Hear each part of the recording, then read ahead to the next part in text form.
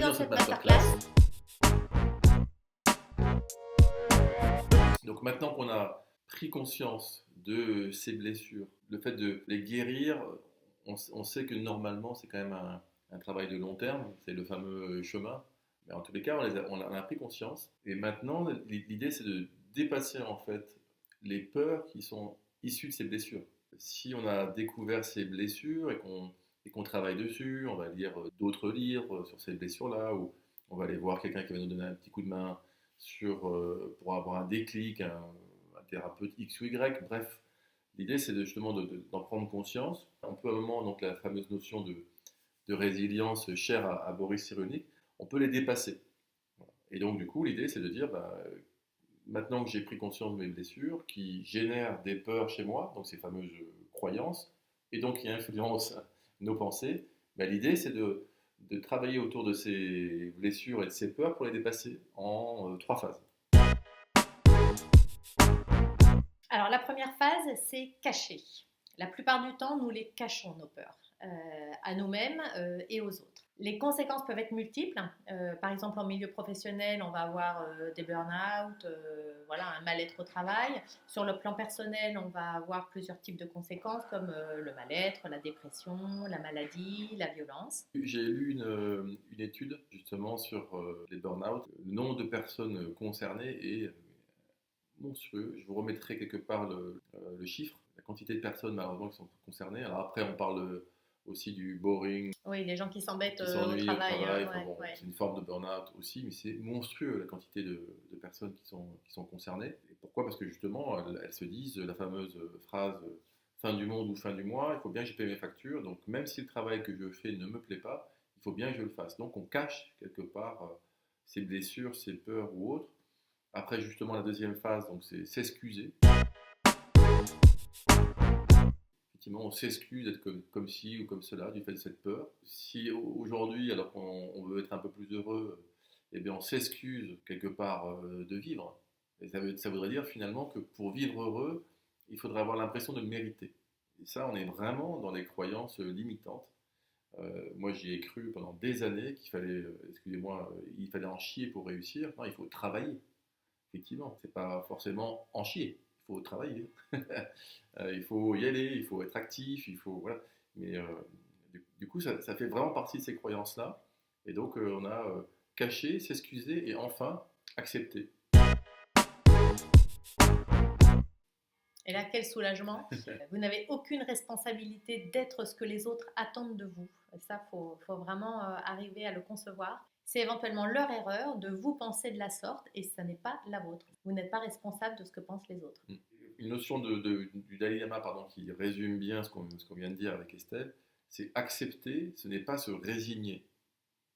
Moi, le premier, accepter, c'était me résigner. Donc, accepter, ce n'est pas se résigner, mais rien ne vous fera perdre plus d'énergie que de résister face à une situation que vous ne pouvez pas changer. Vous forcez contre le vent ou en bateau, ou même ne serait-ce qu'en marchant et que vous avez du vent contre vous, vous voyez très bien que si vous vous retournez, La vie est plus ça facile. va être plus simple.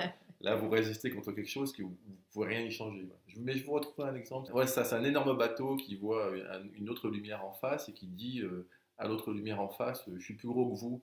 Vous devez vous détourner de votre chemin, parce que c'est des règles maritimes. Ça monte comme ça en puissance, en puissance. La personne répond en face, c'est à vous de vous déplacer. Et après, la personne dit, c'est à vous, parce qu'en fait, moi, je suis un phare. Ah oui, donc là, ça se termine forcément mal, quoi. Voilà. Après la première, comprendre ses blessures, les accepter, et ben en troisièmement, on va avoir savoir pardonner et se pardonner. Après l'acceptation et la gratitude, le pardon envers soi et les autres est d'une puissance inimaginable. Dans ce livre, il a expliqué qu'il y avait un docteur à Hawaï, un médecin psychiatre qui avait eu des résultats incroyables alors que dans son hôpital, en fait, il ne rencontrait pas les patients. Les patients étaient enfermés, puisqu'ils étaient, pas tous, hein, mais certains étaient vraiment bien touchés en termes de troubles mentaux.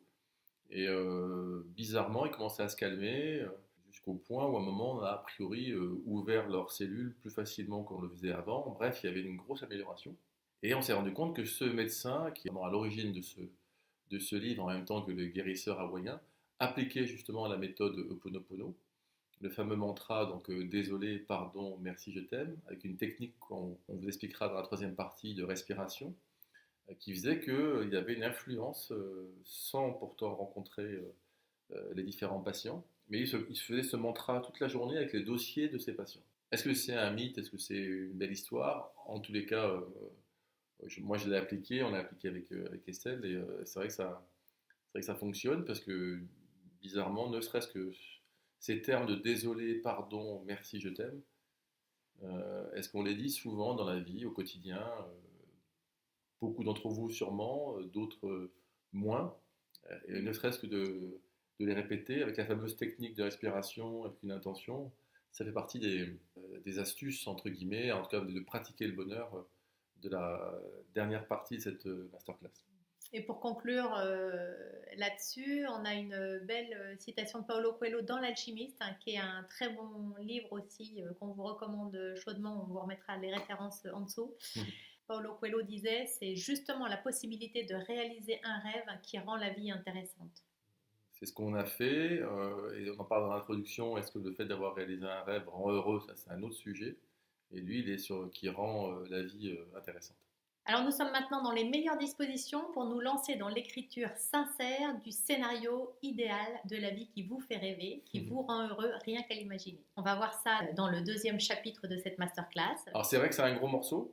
C'est le centre, on va dire, allez, la base, les fondations de cette masterclass. C'est ce qui nous a fait en grande partie nous rendre heureux, mais aussi poursuivre le chemin pour se dire, tiens, qu'est-ce que tout ce qu'on a pu faire jusqu'à maintenant, nos voyages et autres, nos changements de vie, nos reconversions, nos enfants, notre quotidien, bref, la vie, eh bien, ça a été très influencé, fortement influencé par l'écriture sincère, parce que justement, on avait fait cette démarche avant celle que vous venez de faire dans cette première partie. Alors, c'est vrai que on a été un petit peu aidé avec nos chocs émotionnels. Enfin, sur le coup, on n'était peut-être pas super content d'avoir eu des accidents de voiture et autres. Bon, c'est vrai que ça a accéléré un peu la réflexion et ça a accéléré le travail. Donc là, on va rentrer vraiment dans le vif du sujet, où vous allez écrire justement le scénario de votre vie idéale, le projet de votre vie, et vous verrez que justement avec ce qu'on va faire et la troisième partie de pratiquer le bonheur, eh bien, ça va se réaliser.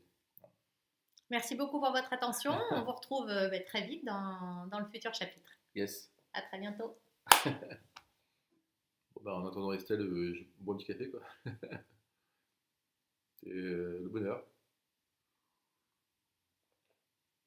J'ai lu un super truc de Eric Emmanuel Schmitt sur la joie ou sur le bonheur, ou voilà, ceux qui prônent la joie ou le bonheur, et qui dans notre société actuelle sont pris un peu pour des abrutis. Je pense que c'est vrai. Je pense que quand on prône justement la joie et le bonheur, on passe ou pour des doudingues, ou pour des abrutis, ou pour des naïfs, enfin bon voilà, mais quelque part c'est pas très grave. Idriss Aberkan, lui, il dit chaque révolution est passée par différents stades, et notamment le côté d'abord ridicule, dangereux et ensuite évident. Alors si nous, le fait de prôner le bonheur, c'est pas une révolution, quoique, on était dans la phase ridicule, et peut-être qu'un de ces quatre, on sera dans la phase dangereuse, j'espère après évidente. On se retrouve à la prochaine leçon. Merci.